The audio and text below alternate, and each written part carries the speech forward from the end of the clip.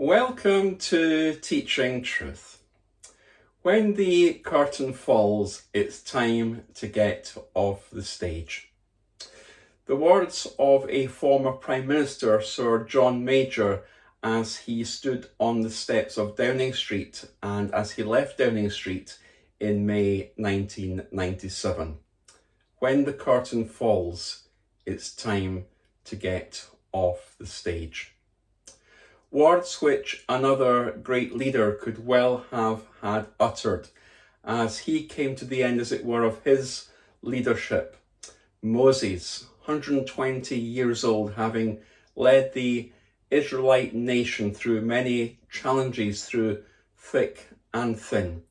When the curtain falls, it's time to get off the stage.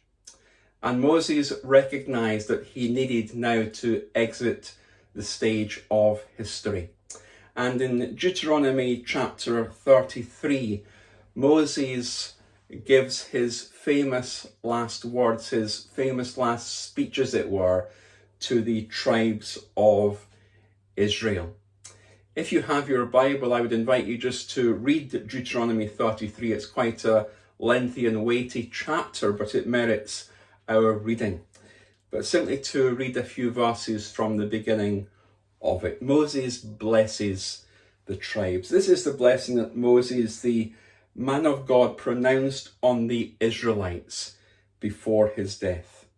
He said, "The Lord came from Sinai and dawned over them from Seir. He shone forth from Mount Paran. He came with myriads of holy ones from the south, from his mountain slopes. Surely it is you who love the people. All the holy ones are in your hand. At your feet they all bow down, and from you receive instructions. The law Moses gave us, the possession of the assembly of Jacob. He was king over Jerusalem when the leaders of the people assembled along with the tribes of Israel. Let Reuben live and not die, nor his men be few." And then Moses, as it were, goes round the tribes and shares his famous and final last words with them. He went to the tribe of Judah. He went to the tribe of Levi. He went and spoke to the tribe of Benjamin. He made some remarks to the tribe of Joseph, and he then went to the tribe of Zebulun. He then proceeded to talk to the tribe of Gad, and he shared some words with the tribe of Dan. He also spoke his parting words to the tribe of Naphtali, and finally to the tribe of Asher. He gave his final words. Moses recognized that his time was up. He needed to exit the stage of history. The curtain was falling, and it was time for him to exit the stage. The words that Moses shared in Deuteronomy 33 were poetic words. Poetic words filled with imagery and pictures to engage the imagination and the thought of the tribes. You see, Hebrew poetry is rich and was rich in its use of word pictures and metaphors. And so Moses is deliberately and intentionally using poetic verse and poetic words to engage and to communicate with and to communicate well to these tribes. Of course, there were also parting words. Here the great leader of the Israelite nation has come to the end of his pilgrimage. The journey is almost over for him. He has run the race. He has kept the faith, as it were. And few men apart from Jesus himself have ever graced the earth apart from Moses and Abraham and other great giants of the faith, whose words have carried so much weight and who have been so important. poetic words, parting words, but there were also positive words. You see, Moses was not exiting the stage of history and leaving the scene bitter or angry with the nation for all that the nation had said about him and criticised him and done to him, and for all that he carried the battle scars of leadership over all these years.